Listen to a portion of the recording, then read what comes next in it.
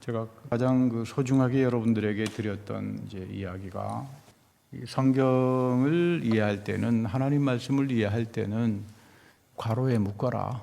정보 지식이나 엉터리 지식 가지고는 하나님의 세계 만나지 못한다. 자기가 알고 있는 지식은 괄호에 묶자. 그게 하나님 앞에서 가장 좋은 태도다. 두 번째는 내가 성경 해석하려고 하지 마라. 그렇게 되면 보고 싶은 것만 보고 듣고 싶은 것만 듣게 되니까 하나님 말씀을 만홀히 여기게 된다. 하나님께서 아주 싫어하세요. 하나님 말씀을 만홀히 여기는 사람들. 그래서 성경은 내가 해석하는 것이 아니라 성경이 성경을 해석하는 데까지 쫓아가는 거다. 자기 멋대로 갖다 붙여가지고 어리석은 짓 하지 말자. 우리가 하나님 말씀 읽으면서 복을 받아야 되지, 만홀히 여김을 받아가지고 내버림을 당하는 그런 허탄한 인생이 돼서는 안 되죠. 세 번째는 성경이 어렵다. 어렵기 때문에, 왜냐하면 고대 근동에서 쓰여졌기 때문에 애굽의 문명도 이해해야 되고, 그리스 말도 히브리 말도 이해해야 되고, 사도 바울 선생이 살았던 시대는 로마 시대니까 그 고대 근동의 문화를 공부하고 한다는 게 그게 보통 일이지 않을까요? 그래서 가급적이면 하나님 말씀은 삶의 자리에서 이해하는 거다. 그 시대의 삶의 자리에서 1차적으로 이해하고, 그 다음에 내가 살아가는 내 삶 속에서 살아계신 하나님이 어떻게 역사하는가. 그럼 마지막 단계, 우리가 마지막 단계가 중요해요. 그게 뭐냐면 하나님 말씀에는 prophetic layer가 있다. 하나님 말씀 층에는 깊은 예언들의 층이 있다. 그러니까 우리가 흔히 식별하는, 상식적으로 알 수 있는 내용 같지만 그 안을 쭉 깊숙이 들여다보면 엄청난 예언자적인 층들이 있고, 이거를 궁극적으로 잡아야 된다. 괄호에 묶자. 하나님 말씀이 하나님 말씀을 해석하게 하자. 그리고 삶의 자리를 가자. 이거는 다시 말하면 워밍업 한 겁니다. 무엇을 위한 워밍업인가? 하나님 말씀 속에 담겨져 있는 예언의 층을 찾아내야 그 성경에 살아계신 하나님이 나에게 말씀의 권능과 축복으로 오시는 거예요. 이런 과정을 통해서 살아계신 하나님을 만나고 체험하는 큰 축복이 되기를 바랍니다. 어떤 시곡에 보면 그런 시곡이 하나 있어요. 하나님께서 왜 옷을 만들어주지 않았을까? 왜 처음부터 아담과 하와에게 옷을 안 만들어주셨지? 그 옷 만들어주면 호주머니 만들어달라고 하고, 호주머니 만들면 하나님 돈 주세요 하니까 욕심이 끝이 없다. 하나님이 주시는 옷. 그런데 하나님께서 옷을 지어줍니다. 죄를 짓고 쫓겨날 때. 왜 하나님께서 죄를 짓고 쫓겨날 때 옷을 지어주셨을까? 굉장히 중요한 의미가 담겨져 있고, 너희들의 수치스러움과 죄악으로 인해서 온 귀결은 하나님만이 덮어줄 수 있다, 이거예요. 너가 세상에서 돈이 많다 그래서 권력이 많다 그래서 그것이 너의 추한 죄악의 모습을 절대로 덮어주지 못한다. 두 번째, 죄의 싹은 사망이다. 우리가 흔히 하나님께서 에덴 동산에서 아담과 하와를 만들지 않았나 생각하는데 그렇지 않습니다. 다른 지역에서 만듭니다. 다른 지역에서 땅으로 흙에서 만들어서 에덴 동산을 선물로 주는 거죠. 근데 이 에덴 동산에서 선악과를 따먹잖아요. 하나님처럼 되려고 합니다. 큰일 나죠. 심판과 판단과 정죄는 하나님이 하시는데 하나님 자리에 서게 됩니다. 큰 죄악이죠. 이걸로 인해서 죽습니다. 이걸로 인해서. 그래서 하나님께서 염려합니다. 만약에 저 사람들이 이 선악을 아는 열매를 맺고 그 안에는 생명나무를 만약 따먹게 되면 이건 큰일 난다. 여러분, 저주를 받았으면 죽어야지. 저주를 받고 영원히 산다면 이것처럼 큰 비극이 없어요. 그래서 내쫓는 겁니다. 너희들 저주를 받은 채 영원히 산다는 건 가장 큰 비극이다. 그래서 옷을 입혀주시는 거예요. 그러시면서 하나님께서 너가 만들어진, 오늘 그 본문에 보면요, 창세기에 보면 그 말씀 나오잖아요. 그의 근원이 된 땅을 갈게 했다. 이게 무슨 말이냐면, 번역이 참 아주 근사하게 되어 있지만, 그 에덴 동산 바깥에서 만들었던 땅, 그 땅으로 다시 내보내가지고 못 오게 한 거예요. 거기서 그 농사를 짓고 땀을 흘리면서 살아가라. 생명나무는 먹지 못한다, 이겁니다. 그런데 이 생명나무가 어디에서부터 허락이 되나 하면 예수 그리스도로부터 시작이 됩니다. 그래서 우리 사도 바울은 항상 예수 그리스도를 누구하고 비교하나 하면 아담하고 비교해요. 첫 번째 아담, 두 번째 아담. 이게 참 신기하죠. 이 안에 굉장히 깊은 예언자적인 층들이 담겨져 있어요. 사도 바울도 그런 말을 하죠. 예수를 믿는 사람들은 그리스도의 옷을 입은 사람들이다. 하나님께서 아담과 하와에게 옷을 입혀주시듯이 예수 믿는 사람들, 믿음의 사람은 그리스도로 옷을 입은 사람들이에요. 근데 이게 뭘까? 그리스도로 옷을 입는다라고 하는 게 과연 뭘까? 우리 예수님께서 그러시죠. 솔로몬의 영광보다 들의 백합화가 더 아름답다. 여러분, 솔로몬은 이스라엘 백성에서 최고의 영광의 왕으로 추앙받는 사람이에요. 다윗보다 더 큰 영광을 누렸다고 말합니다. 솔로몬 그러면 이스라엘 역사에서는 하나님의 영광을 누렸던 50년간의 엄청난 영광을 누렸던 그런 왕이다. 근데 지금 예수님께서는 들의 백합화만큼도 못한 거다. 이거 엄청난 이야기죠. 그 시대에 지금 예수님의 말씀을 듣고 있었던 그 삶의 자리의 사람들은 거의 멘붕 상태가 됐을 거예요. 거의 멘붕 상태가. 아니, 들에 피는 백합화가 어떻게 솔로몬의 영광보다 나오냐? 솔로몬이 지혜와 하나님의 은혜로 살아갈 때는 그 영광이 있었지만 그것을 떠나버린 영광, 그거는 부패합니다. 그거는 썩습니다. 그리고 솔로몬은 죄로부터 오는 저주로 인해서 수호로 내려갑니다. 그렇게 사라져버리는 영광에 비하면 하나님이 돌봐주시는 들의 백합화의 삶이 더 아름답고 귀한 거다. 이제 그런 이야기죠. 우리가 그리스도의 옷을 입는다라고 하는 것은 갈라디아서 3장 27절에서 간략하게 말합니다. 성령 세례를 통해서 그리스도와 합한 자들. 그러니까 우리가 교회에서 받는 성령 세례라고 하는 것 의미는 뭐냐면 그리스도와 합하는 거예요. 이게 뭐 단순한 무슨 뭐 형식이 아니다 이 말이에요. 그리스도의 세례 속에서는 저 사람이 지금 그리스도와 연합하는 게 나타나는구나. 그 연합하게 되면 뭡니까? 부부예요. 이거 부부잖아요. 그리스도와 결혼하는 상태가 되잖아요. 신부가 되는 거잖아요. 그러니까 그리스도가 옷을 입혀주는 거죠. 넌 나의 사람이다. 근데 여러분, 이 성령 세례의 의미가 굉장히 깊습니다. 무슨 교회에서 뭐 형식적으로 뭐 이렇게 이런 문제가 아니에요. 그런 형식이 중요한 게 아니라 이 성령 세례를 통해서 나는 그리스도와 연합이 돼서 그리스도의 사람이 되고, 이 영적 결혼이라고 이야기하죠. 그리스도가 그래서 나에게 옷을 입혀주시는구나. 이 옷을 입혀준다는 말은 다른 게 아닙니다. 죄를 사해 주신다 이 말이에요. 하나님께서 아담과 하와에게 가죽옷을 입혀주잖아요. 죄 사함이에요. 오늘도 하나님은 나의 죄를 용서하실 때 너가 그리스도의 옷을 입고 있나를 먼저 보십니다. 그 약속을 통해서 하나님께서 죄를 사해 가시고 저주와 죽음에서부터 더 이상 에덴 동쪽으로 쫓겨나는 것이 아니라 영원한 생명나무이신 예수 그리스도와 접붙임을 당해서 하늘의 신령한 세계가 나에게 나타나기 시작하는 거예요. 이 하나님과 긍휼의 은혜가 넘치게 나타나는 것은 그리스도의 옷을 입고 그리스도와 연합한 사람들이에요. 이 사람들은 마음의 할례를 가지고 삽니다. 이 사람들은 항상 하나님 앞에서 은혜를 사모하고 삽니다. 자기를 자랑하거나 자기를 주장하는 게 이런 사람들에게는 보이지 않아요. 그래서 영이 가난한 사람이라고 예수님께서도 말씀을 하죠. 그리고 절대로 차별하지 않아요. 남을 정죄하거나 판단하거나 차별 안 합니다. 우리가 신앙생활하면서 가장 무서운 유혹이 여기에 있어요. 선악과를 따먹었기 때문에 우리는 원죄를 가지고 있어요. 차별해야 되고 정죄해야 되고 교만한 사람들이죠. 자기를 드러내고 싶고 내가 이만큼 하는데, 이런 마음에 있는 동안 그 사람들은 결국 버림을 받고 마는 겁니다. 우리 남아공에서 70년대, 80년대 그 차별운동이 대단했죠. 교회가 무슨 이상한 뭐 절대 이중애정 그래가지고 백인들은 구원받았고 흑인들은, 아프리카 사람들은 저주받은 자들이다. 이 일로 인해 가지고 남아공이 내전까지 벌어졌어요. 유명한 넬슨 만델라가 나오기도 합니다만은, 잘못된 성경 지식을 가지고 교회 지도자들이 차별운동에 앞장섰어요.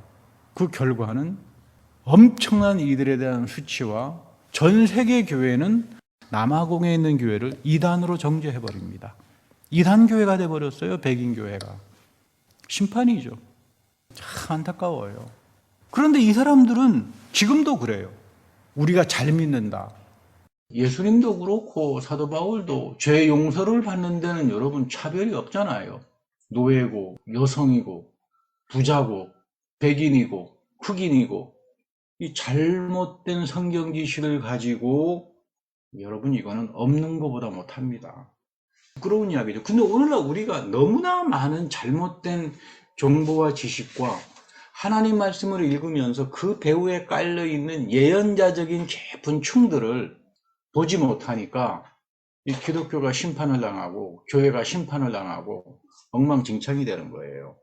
그런데 지금 바울은 차별을 넘어서서 죄 용서를 받는 데는 차별이 없다. 근데 그거를 넘어서서 그리스도의 옷을 입은 사람들은 그리스도의 것이고 아브라함의 자손이다. 이거 엄청난 이야기입니다. 나는 그리스도의 것인데 이까지는 내가 알겠는데 그리스도의 옷은 생명 세례를 받고 살아가니까 내가 아브라함에 속해요. 왜 아브라함인가? 그리스도는 아브라함의 계보에서부터 왔다고 그럽니다. 아브라함은 하나님 앞에 최고의 복을 받은 사람입니다. 열방의 복이죠. 이 사람이 가는 곳마다 하나님이 역사하셔서 안 믿는 사람들까지 복을 받아요. 이게 아브라함의 복이에요. 이 복이 우리에게 이어지는 거예요. 그리스도의 옷을 입고 믿음의 생활을 하는 사람들은. 믿음의 사람이 그리스도의 옷을 입고 살아간다면 가는 공곳마다 하나님이 저 사람으로 해서 복을 넘치게 해요. 참 이거 쉬운 이야기가 아니죠. 새하늘과 새 땅이 믿음을 가진 사람들에게 열린다는 게 이 말이에요.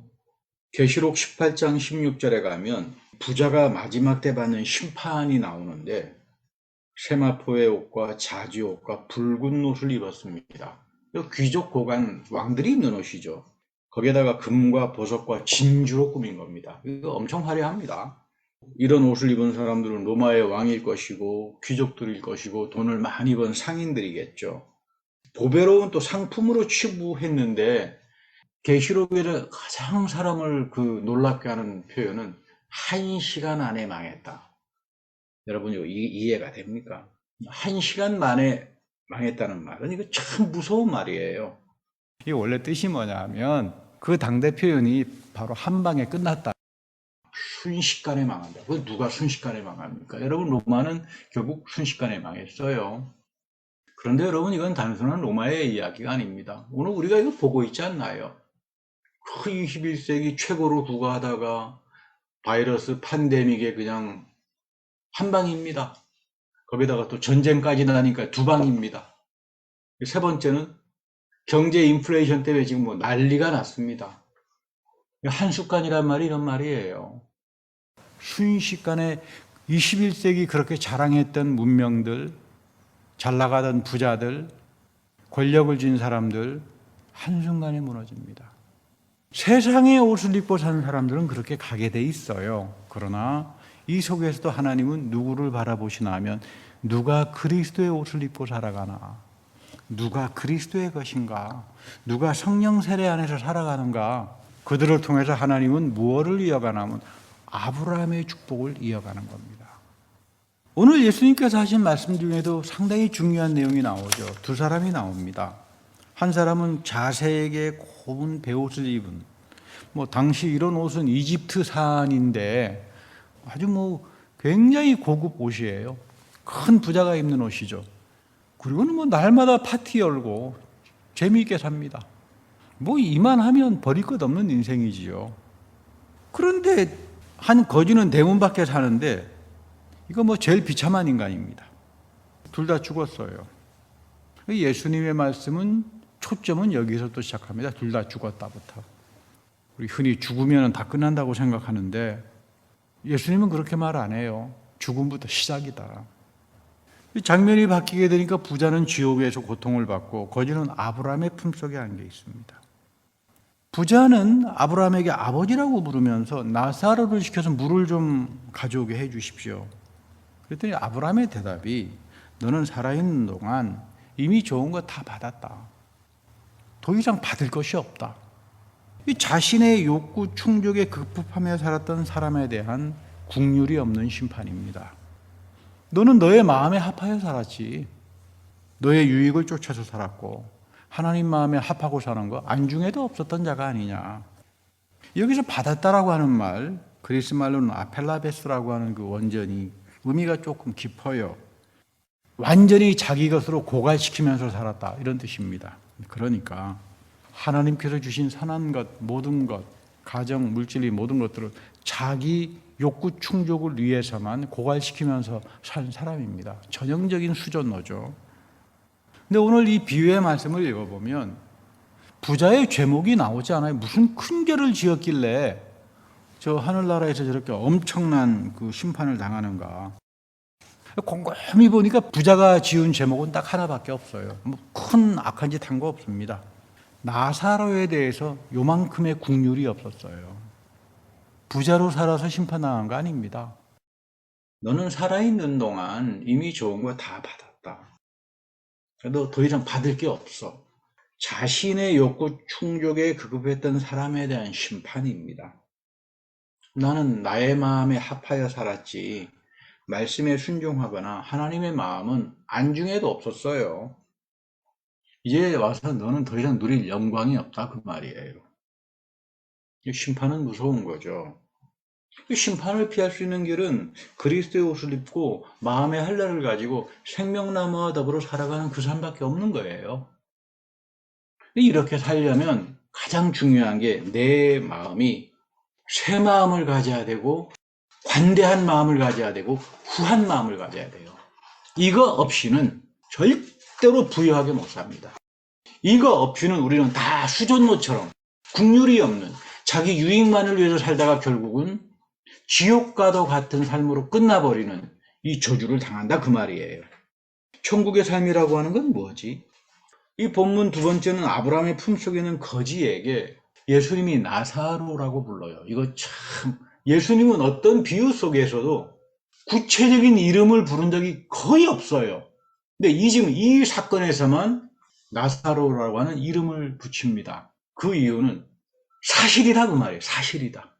비유는 비슷하게 말하잖아요. 근데 지금 이거는 비유지만 나사로라고 하는 이름을 구체적으로 인격적인 이름을 붙이면서 지금 예수님이 하늘나라의 삶이 바로 그대로 이렇게 이루어진다.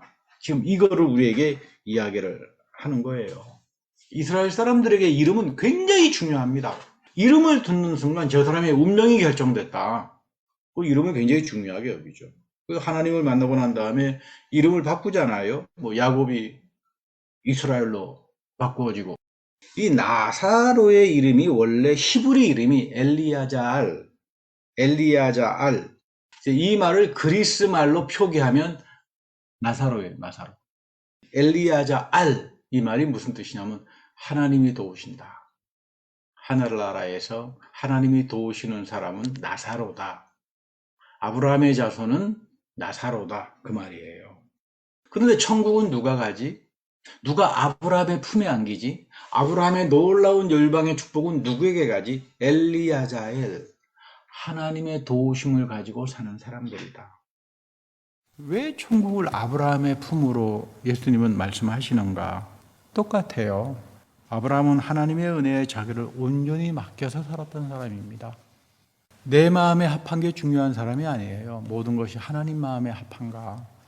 하나님의 약속에 합한 것인가? 그래서 하나님이 세상 끝날 때까지 아브라함의 삶을 돌본 겁니다. 하나님만 섬겼고 세상의 우상을 멀리한 사람들입니다. 오늘 보면 참 부끄러운 이야기가 이 아브라함을 가장 존경하는 사람들이 이슬람이에요. 물론 뭐 폭력적인 잘못된 이슬람도 있지만, 이 사람들은 이슬람이라고 하는 말, 모슬렘이라고 하는 말은 하나님에게 절대적으로 순종한다, 아브라함처럼, 그런 뜻이에요. 나름대로는 최선을 다해서 아브라함을 본받으면서 살려고 합니다. 그 5가지 계명 중에 그 한 가지 계명이면 자카라고 하는 계명이 있어요. 아예 자기네가 받는 월급에서 텍스로 아예 이거는 종교 세금으로 해가지고 아예 그냥 다 떼서 이 나사로 가난한 사람들을 돕는다. 참 이런 거 보면 참 부끄러워요. 우리 기독교인들이 해야 될 것을 저 사람들이 하는구나. 여러분, 유럽에 가보면 분수대들이 있거든요. 가는 곳마다. 뭐 제가 살았던 동네도 분수대들이 많아요. 근데 친구가 그 이야기 하더라고요. 저 분수를 누가 만들어주는 줄 아냐? 그래서 아니 이거 뭐 시청이나 이런 데서 옛날에 중세 때 만들지 않았겠냐 보니까 이거 다 이슬람들이 만든 거래요. 전쟁하면서 그 나라에 가서 자칼을 가지고 그 모금을 가지고 공공 안전을 위해 가지고 분수대를 세우는 겁니다. 부끄러워요. 이슬람이 우리를 부끄럽게 하는구나. 오늘 우리 기독교인들 아브라함 관심 없습니다. 바울이 그토록 이야기하는데, 예수님이 그토록 이야기하는데 아브라함 관심 없어요.